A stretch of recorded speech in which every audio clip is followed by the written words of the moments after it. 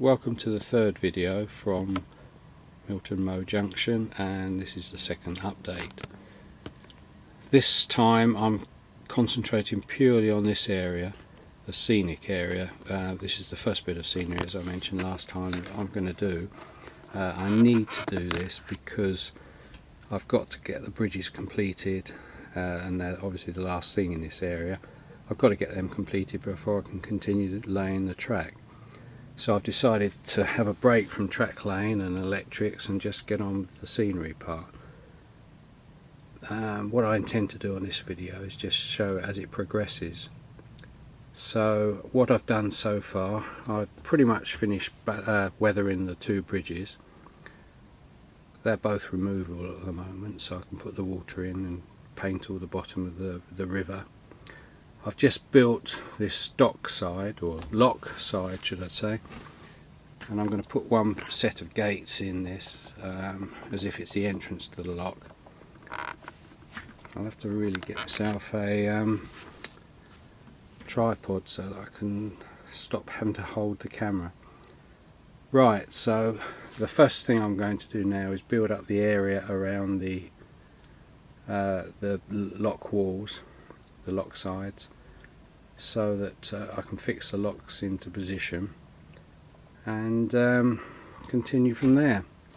So I'll come back when I've finished a bit more. Continuing on with the Canal river scene. I've done a bit more work. I've textured the base. It's just drying at the moment, giving it a bit of texture. I've left a couple of spaces where some boats are going to go. And up this end I've put an end board and sealed it all so that when I put the realistic water in, it hopefully can't escape anywhere. So I'll continue on now with the bandage, plaster bandage on this bit here and this bit here, and see how we go. Right, so I've done a little bit more work. I've completed the plaster bandaging at this end. As you can see, the base, the riverbed has started to dry.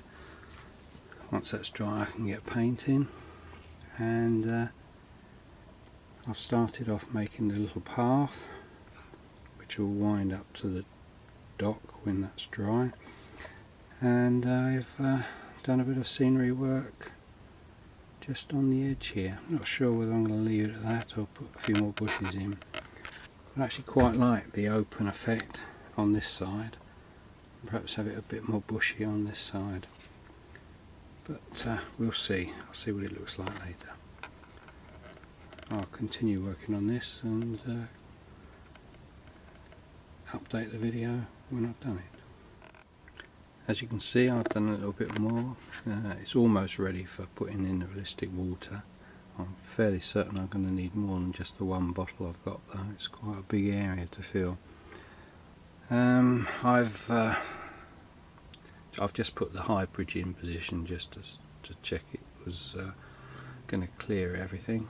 The sceneries, or the grass and the bushes have been done on this side. I might add a bit more to them, but I'm leaving it for the moment. I've got some reeds I'm going to put in on the water edge here before I put the water in, and perhaps a few in the corner down here. I've got the lock gates, just one set of lock gates, because the lock itself is not long enough to put the second set in. Just have one set there. I've got to paint those yet and glue them all up and get them ready. I've put a hard area of brickwork in where the people walk along the side of the lock, and where they can wind the gates, etc., and the paddles. This is ready to be grassed, and same for this side. That will probably be my next job, as I'm waiting for some bits and pieces. I need to go out and get some paint to paint the lock gates, pretty much black and white and a bit of weathering afterwards, of course, but the base colours will be black and white. And I went to use the paints I've got and found that they'd all dried up, so I need to go and buy some more tomorrow.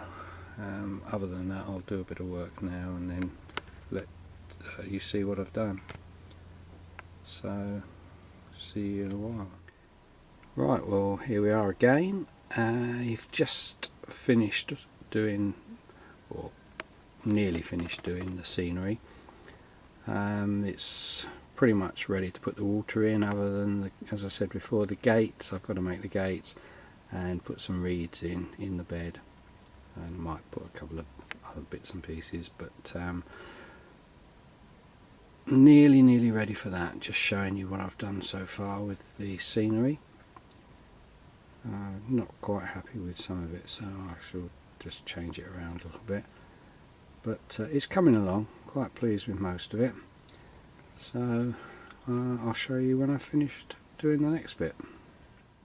Been doing some further updates on this scene. I've put in the lock gates and a few lock paraphernalia, the anchoring rings and the bollards down the slipway here, or the canal path, should I say. I've put in some sand in the river, where, because it's flowing away from me this way, I've tried to think where the water would push the sandbanks, etc. in the shallows. This area to the right is going to be shallows, so there's a lot of sandbanks there, a lot of grass, weeds growing. I've got a few more reeds to put round the edge, but as soon as I've done that, there's some bulrushes there in the corner. The rest are just reeds. I'm going to put a few more reeds in, make it a bit more foliage around the edge there. Then I'm ready to put the realistic water in. Not sure how much I'm going to have to use, but I'll put a bottle in to start with and see how high that comes up. I'm going away for about a week on Thursday, so if the reeds come tomorrow, I'll put them in, and then probably have to leave them to set before I put the realistic water in, so that probably won't be for another week when I come back, and then I'll do another video at that stage. So I'll continue working on this and show you how I've got on. Right, here we are. We've come to the day when I actually pour the realistic water in, so a bit worried about this, to see how it goes. I know Graham at Lakeside had a lot of problems with the PVA glue mixing into the realistic water, so thanks to him I was very careful. I actually phoned or contacted Woodland Scenics to ask whether their scenic cement had PVA in it and would affect their realistic water, and they told me it wouldn't. So I've used their scenic cement for anything that's I needed to glue down, anything close to where the realistic water is going to get poured in. So we shall see. I haven't got a tripod for this camera at the present time, so I'm going to have to pause it while I pour in the water, and we'll come back. Well, I've poured it in. As I knew, I've got nowhere near enough, so I'm going to at least need another 2 bottles, but I was always going to pour them in one at a time to give the existing water a chance to dry, and I may well sort of paint it a bit each layer I put in, but we'll see. The water's in, and that's just a whole bottle, and it's hardly gone up the bank on this side, but we'll see what it looks like when it's dry, and I'll put a couple more bottles in. But that's it for a minute.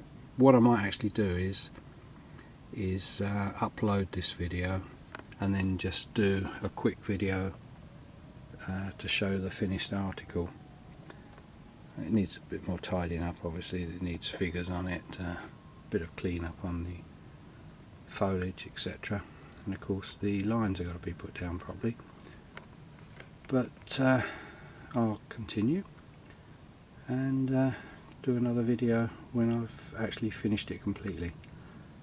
See you later. If you've got any comments, obviously feel free to leave them, and subscribe if you wish.